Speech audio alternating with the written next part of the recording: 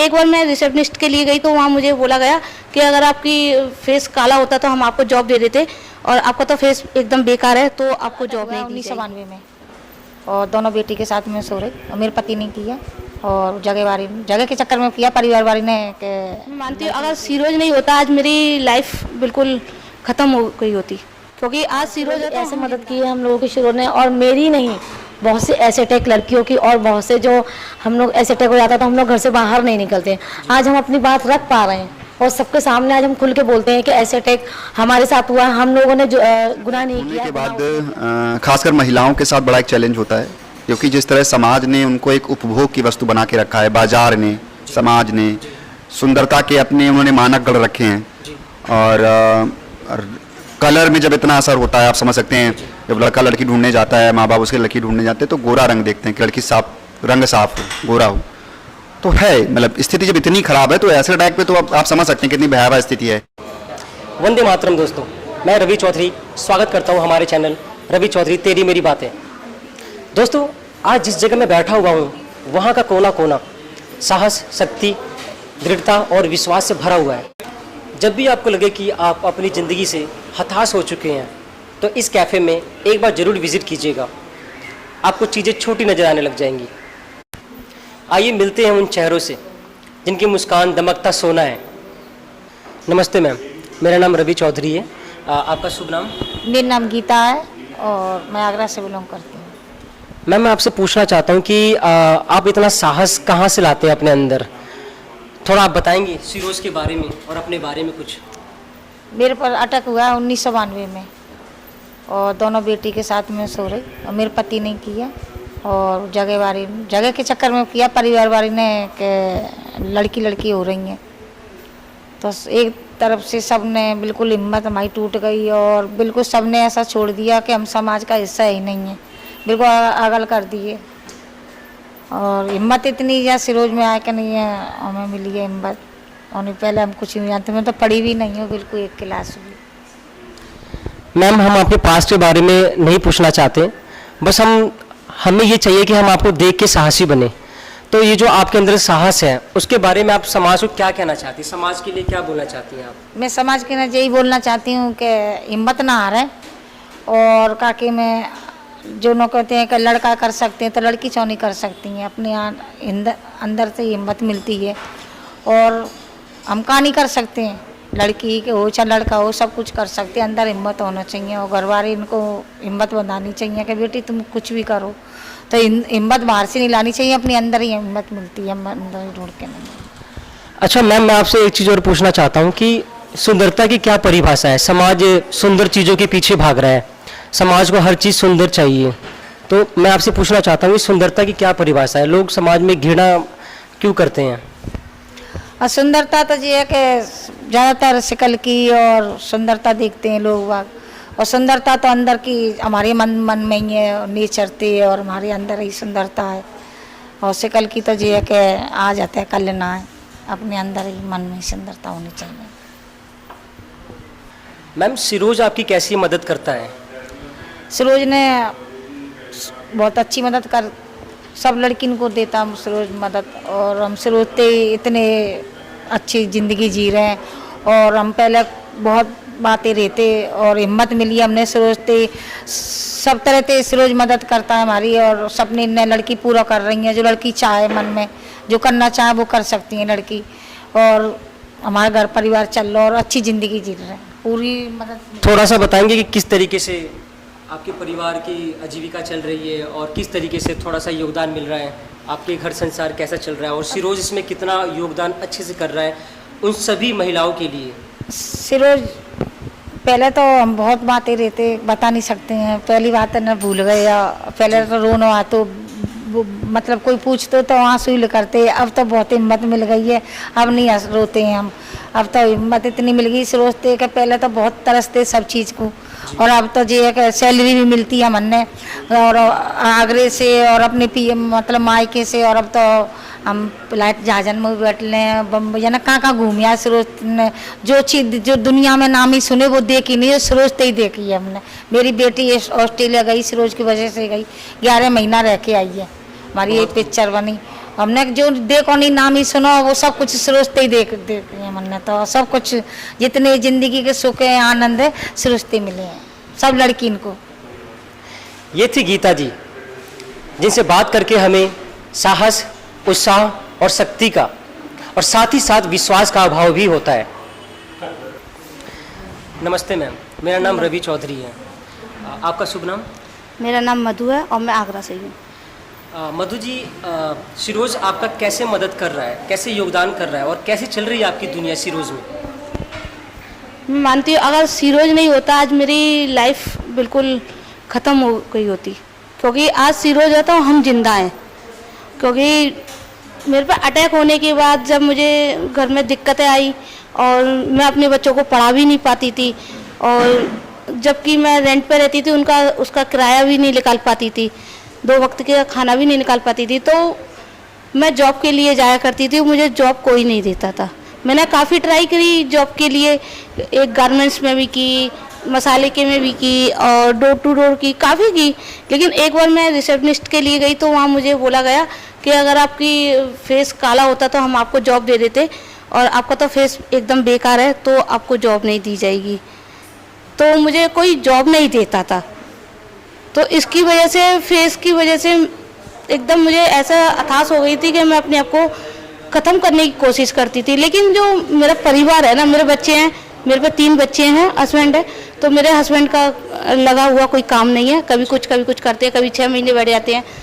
तो इस वजह से मैं आत्महत्या करने की कोशिश करी, लेकिन मैं बच्चों को देख के मैंने ऐसा कुछ नहीं कर पाया।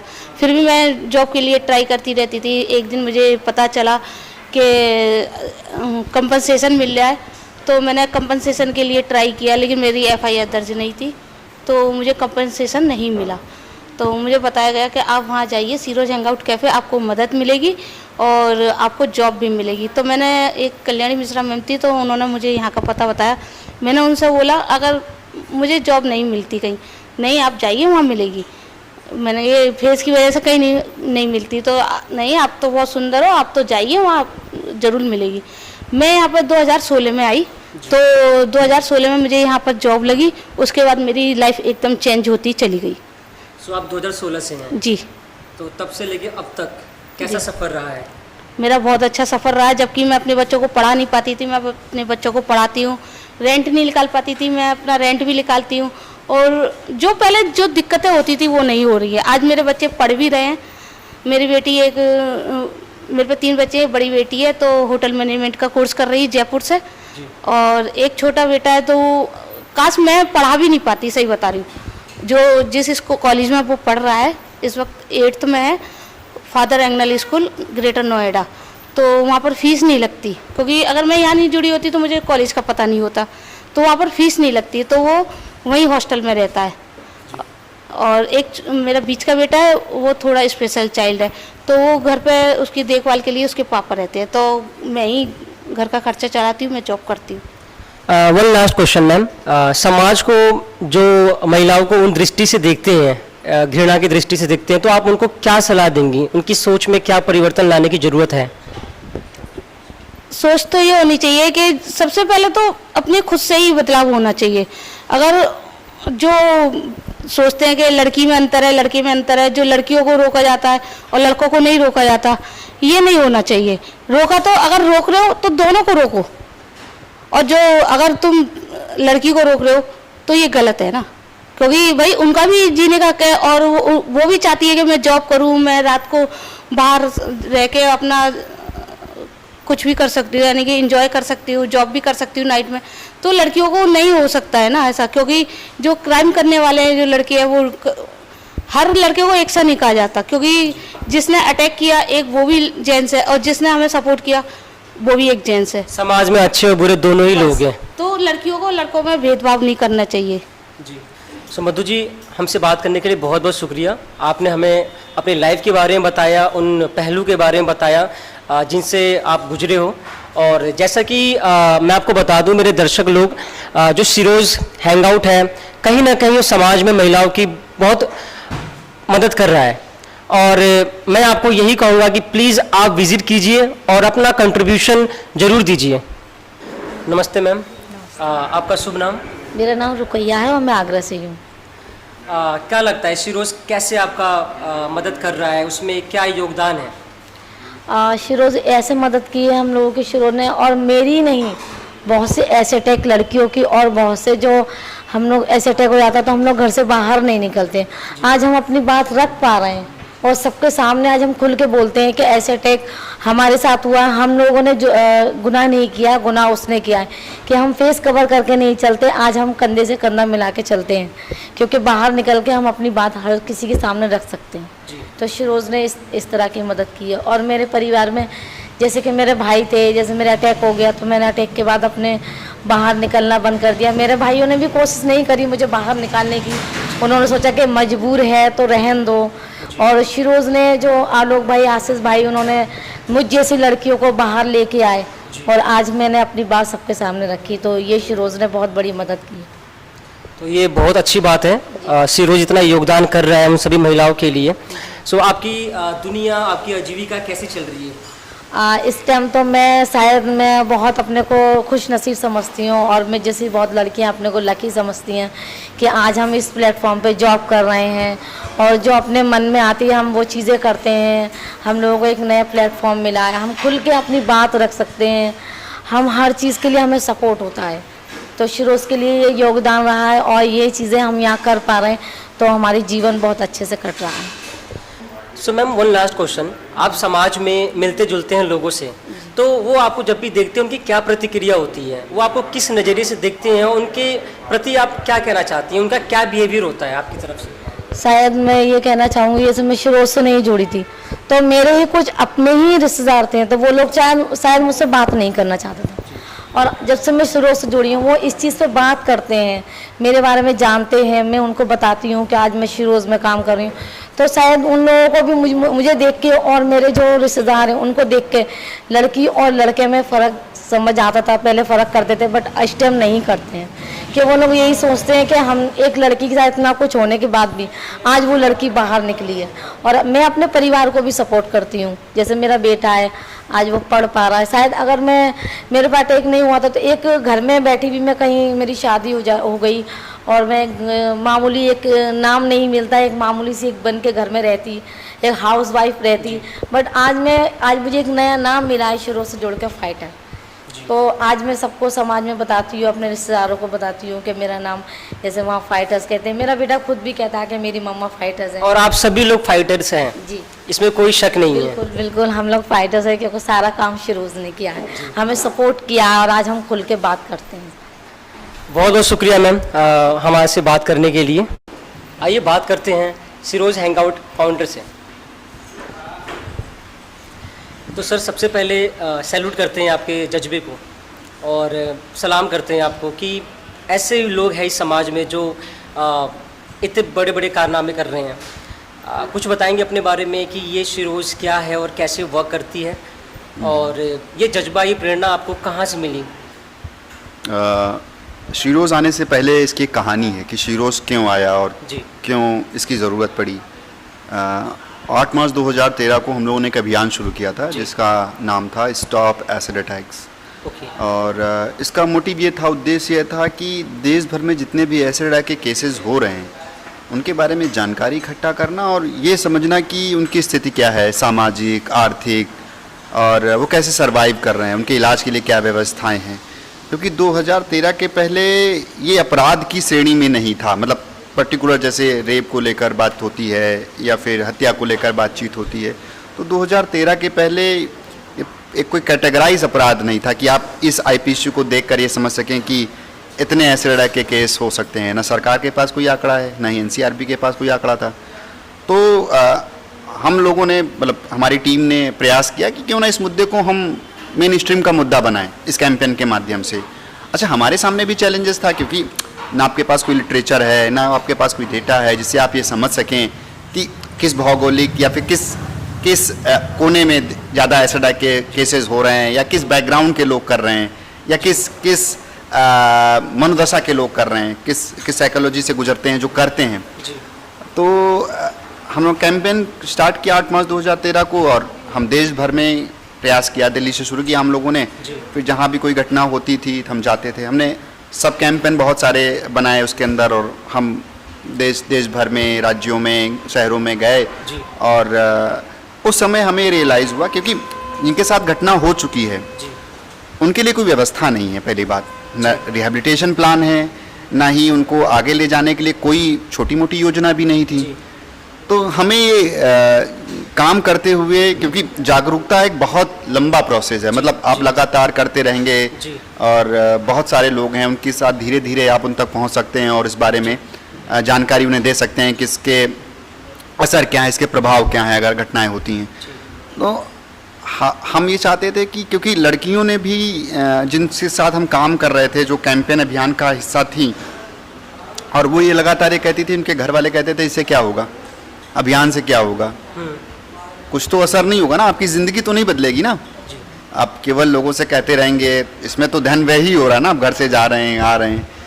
तो और उनकी स्थिति में कोई बदलाव नहीं हो रहा था, वो अपने घर में उसी स्थिति में थी जैसे वो हमारे हमसे जुड़ने से पहले थी। तो हमने सोचा कोई एक प्रयोग किया जाए, तो आगरा से गीता नीतू करके सर्वाइवर हैं, तो उनसे हमारी मुलाकात हुई। तो उनको कुछ करना था, मतलब उनको कुछ करना था या कराना था, तो वो थॉट वहाँ से निकला कि उनके लिए हम क्या कर सकते हैं। और करते करते वो आइडिया लगा कि 2 लोगों के लिए क्या कि ऐसी व्यवस्था बनाई जाए जहाँ पर 5, 6, 8, 9, 10 लोग मिलकर काम करें, और जो हम करना चाहते हैं, लोगों को जागरूक करना चाहते हैं, वो इसके माध्यम से भी हो सकता है। और किसी बात को हम सकारात्मक तरीके से कह सकते हैं, हम इस माध्यम से अटैक के आगे की बात कर सकते हैं, हम जीवन की बात कर सकते हैं, हम उनके सपनों की बात कर सकते हैं। जागरूकता अभियान में केवल हम सुधार की बात कर रहे थे कि कैसे चीज़ें सुधार की जाएं, या फिर क्या सरकार को योजनाएं लानी चाहिए, क्या प्रोसेस होना चाहिए। मगर शिरोज़ ने एक गति दी है पूरे कैंपेन को भी, और साथ में सर्वाइवर्स को उत्साह दिया है आगे आने का और निकलने का। तो सर मैं जानना चाहता हूँ कि क्या अभी भी समाज में ऐसे मनोदशा के लोग हैं जो अभी भी इस एसिड अटैक को कर रहे हैं, इस बारे में आपका क्या विचार है? क्या ऐसे लोग अभी भी हैं? जी बिल्कुल हैं, और लगातार अगर अखबार अगर आप फॉलो करते हैं या फिर न्यूज़ चैनल्स को फॉलो करते हैं, तो अभी रिसेंटली केस हुआ है झारखंड का, अगर आपने सुना हो, जिसको एयरलिफ्ट करके अभी यहाँ पर लाए हैं, क्या कहते हैं, एम्स लाए हैं।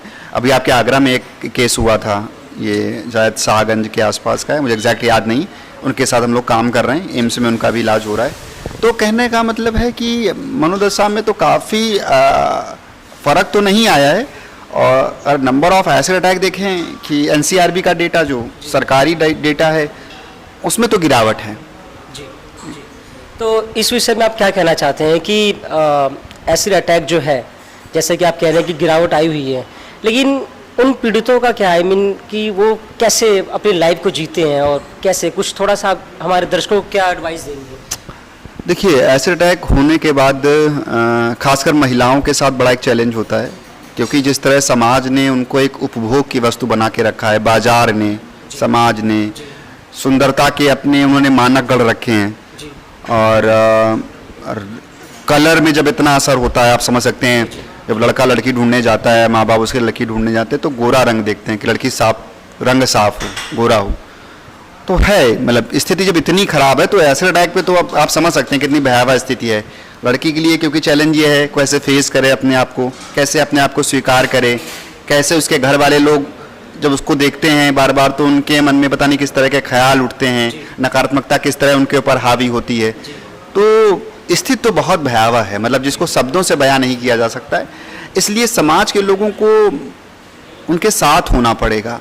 और किसी को, मतलब देखिए, आज हमारे साथ ये घटना नहीं हुई है तो हम इसके बारे में बात कर सकते हैं और इसके सुधार के बारे में बात कर सकते हैं। तो अगर बेहतर समाज बनाना है तो मुझे लगता है कि आपको ऐसा स्थान तैयार करना पड़ेगा कि उनको महसूस हो कि घटना हो गई है। घटना किसी के साथ हो सकती है, किसी को गोली लग सकती है, किसी को चाकू लग सकती है, हिंसा में कुछ भी हो सकता है। मगर इसका मतलब ये नहीं है कि आप उस लड़की को या उस लड़के को जो एसिड अटैक सर्वाइवर्स है उसको समाज से अलग कर दें, या उसके साथ बात ना करें, या उसके साथ वो संगत ना करें जो वो चाहता है। आप उसके दुख को और बढ़ा रहे हैं, आप उसे सुसाइडल सिचुएशन पे आप ले जा रहे हैं। शायद आप उसके साथ बात करें या उसके साथ उसी तरह व्यवहार करें जिस तरह आप पहले कर रहे थे, तो शायद वो उस स्टेज पे ना पहुँचें। तो ये समझना बहुत ज़रूरी है कि उनकी स्थिति जब अटैक होने के बाद बहुत ख़राब हो जाती है, इवन लड़की की नहीं, परिवार की पूरी तरह से, उनकी मनोदशा पूरी तरह से डैमेज हो जाती है। सो सर, मैं ये पूछना चाहता हूँ कि शिरोज इनके आजीविका में कैसे योगदान कर रहा है, इनके कैसे हेल्प कर रहा है? देखिए, शिरोज जो प्रोजेक्ट है वो एसिड अटैक सर्वाइवर्स के लिए ही है, और जैसे आप नौकरी करते हैं सब जगह, वहाँ एक सैलरी होती है, तो यहाँ भी सैलरी है और वो उनका मानदेय है, उस मानदेय पे वो काम करती हैं। और ये कह सकते हैं एसिड अटैक सर्वाइवर्स के लिए पहला रिहेबिलिटेशन मॉडल है जहाँ पर वो सीखती हैं, क्योंकि अटैक होने के बाद लंबे समय तक वो ना किसी मेन स्ट्रीम के लोगों से मिलती हैं, एक अलग तरह की असहजता होती है सर्वाइवर के अंदर कि कैसे वो फेस करें, कैसे बात करें, तो वो लर्निंग यहाँ से सीखती हैं। और बहुत सारे लोगों के मन में सपने होते हैं, एसिड अटैक के बाद वो धूमिल हो जाते हैं, तो वो शिरोज में आकर अपने आप को दोबारा से रिबिल्ड कर सकती हैं। और शिरोज पहला कदम है, पहला स्टेप है एसिड अटैक के बाद, मुझे लगता है। और यहाँ से आप अपने पंख को उड़ान देते हैं, और कोई शायद बहुत सारे लोग हैं जिनमें से कुछ अपना अपना सोचते हैं, अपना अपना कुछ करना चाहते हैं, तो उनको वो सिखाना और उनको उस दिशा में ले जाना कि जिससे वो और भी ज़्यादा बेहतर हो पाए। सर, मैं आपसे ये पूछना चाहता हूँ कि आपके इस मुहिम में, आपके इस संघर्ष में आपके साथ कौन कौन खड़ा था, या आप अकेले ही लड़ते रहे? नहीं, मतलब हमारी टीम है और हम लोग सब लोग साथ में थे, और आलोक जी के नेतृत्व में शुरू हुआ था, तो हम सभी लोग थे, मतलब जैसे दोस्त थे, सब एक दूसरे के साथ थे। जब कैंपेन, देखिए, हम जब कोई रास्ता चुनते हैं ना, कोई मंजिल चुनते हैं, तो उसके संघर्ष भी चुनते हैं, मुझे लगता है। और मैंने कभी संघर्षों को उस तरह से नहीं देखा। हाँ, संघर्ष होते हैं, मन थोड़ा सा प्रभावित होता है और विचलित भी होता है, मगर मैंने हरदम ये सोचा है कि अगर मैंने कोई रास्ता चुना है तो उसके संघर्ष भी चुने। थोड़ा सा आप बताएंगे कि किन किन संघर्षों का आपने सामना किया? तमाम तरह के संघर्ष होते हैं। संघर्षों को मैं ऐसे कोई उसको ऐसे नहीं बताना चाहता हूँ कि बहुत बड़ा चढ़ा के होते हैं, सबकी ज़िंदगी में होते हैं। कोई आप काम करते हैं तो संघर्ष होते हैं, बहुत डिटेल में जाएंगे तो बहुत सारी बातचीत हो जाएगी। मुझे लगता है कि हाँ, संघर्ष आते हैं, उनको स्वीकार करना चाहिए, उनसे आगे जाना चाहिए। एक चीज़ और कि क्या इस शिरोज कैफ़े में जो है किसी प्रकार का मॉनेटरी बेनिफिट आपको मिलता है? बिल्कुल, मतलब हम से तमाम जितने सर्वाइवर्स, जितने लोग यहाँ काम करते हैं, सबको मॉनेटरी बेनिफिट मिलता है, और सभी लोग उसी मतलब तभी काम कर पाते हैं। मतलब अगर कोई बेनिफिट नहीं मिलेगा तो कैसे ऊर्जा आएगी, कैसे आप उसको आगे ले जा सकते हैं। मतलब इसलिए ज़रूरी भी है, मतलब आपको डिटेल में बता देना चाहता हूँ कि कुछ समय तक काम निस्वार्थ भाव से कर सकते हैं, कुछ समय तक, एक टाइम पीरियड होता है, मगर उसके बाद आप को भी अपनी आजीविका चलानी है, जीवन तो जीना ही है। तो इसलिए मुझे लगता है हम समाज सेवा को हरदम बहुत साइड का काम समझते हैं कि मतलब काम हो गया, हमारा अपना काम हो गया, उसके बाद हम समाज सेवा करेंगे। ऐसा बिल्कुल नहीं है। अगर आपको इसको काम मानिए, ये समाज सेवा नहीं है। पहली बात, ये काम है। इसको शब्द को ऐसा बड़ा बना दिया गया है कि इसको लोग छूने से डरते हैं या इसको पार्ट टाइम जॉब मानते हैं। मुझे लगता है कि ये फुल टाइम जॉब है, इसको जॉब की तरह देखना चाहिए, तभी कुछ बदलाव हो सकता है। शिरोज आज तभी संभव है जब हम लोगों ने फुल टाइम दिया है। अगर मैं पार्ट टाइम करता रहता, जर्नलिज्म अपना अलग करता रहता, इसमें आधे 2 घंटे देता, तो संभव नहीं है। तो मुझे लगता है जो लोग भी शायद इस चीज़ को देख रहे हैं या समझेंगे या सुनेंगे, तो मुझे लगता है कि उनको इस बात का ध्यान देना चाहिए कि समाज सेवा कोई पार्ट टाइम जॉब नहीं है, ये फुल टाइम जॉब है। इसको समझिए, और इसमें भी आप अपने आप को देख सकते हैं कहाँ पर आपको मॉनिटरिंग बेनिफिट मिल सकता है। आपसे लोग कैसे कनेक्ट करें, शिरोज से कैसे कनेक्ट करें? शिरोज से कनेक्ट होने के लिए जो आगरा के लोकल लोग हैं वो हमारे आउटलेट शिरोज हैंगआउट ताजनगरी में हैं, आ सकते हैं। और जो लोग के पास समय है, जिनके पास कुछ एक्सपर्टीज़ है, उन्हें लगता है कि इस एक्सपर्टीज़ के माध्यम से वो कुछ कंट्रीब्यूट कर सकते हैं, तो वॉलंटियरशिप कर सकते हैं, वो यहाँ पर आके वॉलंटियर कर सकते हैं। और इस तरह के जो भी हमारे छोटे मोटे जो इवेंट्स या प्रोग्राम्स होते रहते हैं, हम फेसबुक में अपडेट करते हैं, तो वहाँ भी आप जुड़ सकते हैं। सो दर्शक लोग, मैं आपसे रिक्वेस्ट करता हूँ कि प्लीज़ इस कैफ़े में विजिट कीजिए और शिरोज को सपोर्ट कीजिए। और आपको जो एड्रेस है डिस्क्रिप्शन बॉक्स में मिल जाएगा। प्लीज़ अपनी फैमिली के साथ आइए और जितना हो सके उतना कंट्रीब्यूट कीजिए और शिरोज की हेल्प कीजिए। Thank you so much.